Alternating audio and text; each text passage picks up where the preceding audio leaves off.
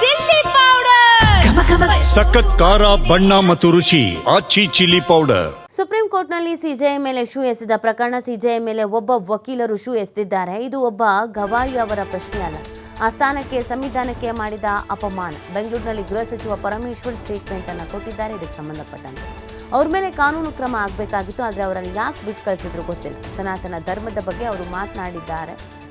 ತೀರ್ಪು ಕೊಡುವಾಗ ಒಬ್ಬರ ಪರ ಕೊಡೋಕ್ಕಾಗಲ್ಲ, ಕಾನೂನು ಪ್ರಕಾರವೇ ತೀರ್ಪುಗಳನ್ನು ಕೊಡ್ತಾರೆ. ಬೆಂಗಳೂರಿನಲ್ಲಿ ಗೃಹ ಸಚಿವ ಪರಮೇಶ್ವರ್ ಇದಕ್ಕೆ ಸಂಬಂಧಪಟ್ಟಂತೆ ಸ್ಟೇಟ್ಮೆಂಟ್ ಅನ್ನು ಕೊಟ್ಟಿದ್ದಾರೆ.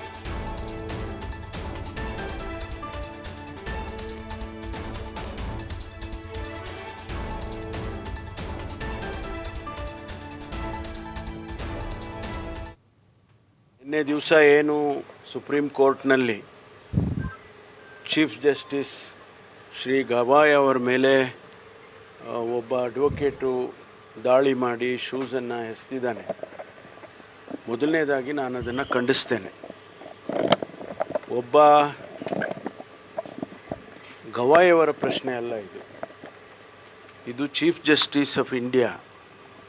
ಆ ಸ್ಥಾನ ಇದೆಯಲ್ಲ, ಆ ಸ್ಥಾನಕ್ಕೆ ಮತ್ತು ಇಡೀ ಸಂವಿಧಾನಕ್ಕೆ ಮಾಡಿದಂಥ ಅವಮಾನ ಮತ್ತು ಅಲ್ಲಿಯ ಸೆಕ್ಯೂರಿಟಿ ಮತ್ತೊಂದು ಅದೆಲ್ಲ ವಿಫಲ ಆಗಿದೆ ಅನ್ನುವಂಥದ್ದು ಇದರಲ್ಲಿ ತೋರಿಸುತ್ತೆ.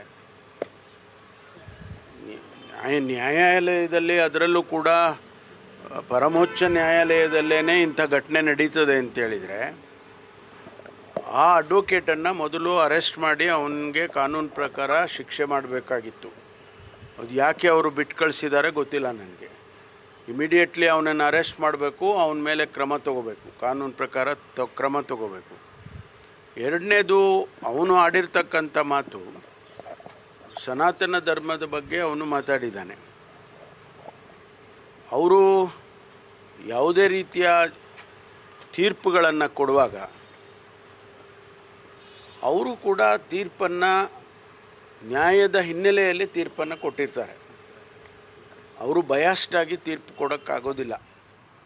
All the laws are laid out, ಕಾನೂನನ್ನು ಬರೆದಿಟ್ಟಿದ್ದಾರೆ. ಆ ಕಾನೂನಿನ ಚೌಕಟ್ಟಿನಲ್ಲೇ ಅವರು ತೀರ್ಪುಗಳನ್ನು ಕೊಡ್ತಾರೆ.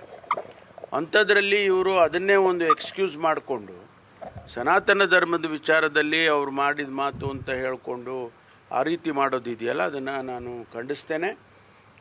ಅದರಲ್ಲೂ ಕೂಡ ವಿಶೇಷವಾಗಿ ಅವರು ಇದನ್ನು ನಾನು ಹೇಳಬಾರ್ದು, ಆದರೂ ಹೇಳದೆ ವಿಧಿ ಇಲ್ಲ.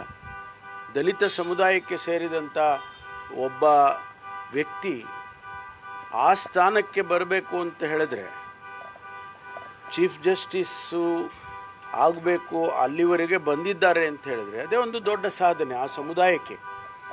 ಆ ಸಮುದಾಯದ ಪ್ರತೀಕ ಅವರ ಮೇಲೆ ಈ ರೀತಿ ಅಟ್ಯಾಕ್ ಆಗಿದೆ ಅಂತ ಹೇಳಿದರೆ ಇದನ್ನು ಇಡೀ ದೇಶ ಭಾಳ ಗಂಭೀರವಾಗಿ ಖಂಡಿಸಬೇಕು, ಗಂಭೀರವಾಗಿ ತೊಗೋಬೇಕು. ಮುಂದೆ ಇಂಥ ಘಟನೆಗಳು ಯಾವುದು ಆಗದ ರೀತಿಯಲ್ಲಿ ಗಂಭೀರವಾಗಿ ತಗೊಂಡು ಕಾನೂನಿನ ಕ್ರಮ ಮಾಡಬೇಕು ಅಂತೇಳಿ ನಾನು ಕೇಂದ್ರದ ಗೃಹ ಸಚಿವರಿಗೆ, ಪ್ರಧಾನಮಂತ್ರಿಗಳಿಗೆ ಮತ್ತು ಆ ವ್ಯವಸ್ಥೆಯಲ್ಲಿರ್ತಕ್ಕಂಥವರಿಗೆ ಒತ್ತಾಯ ಮಾಡ್ತೇನೆ.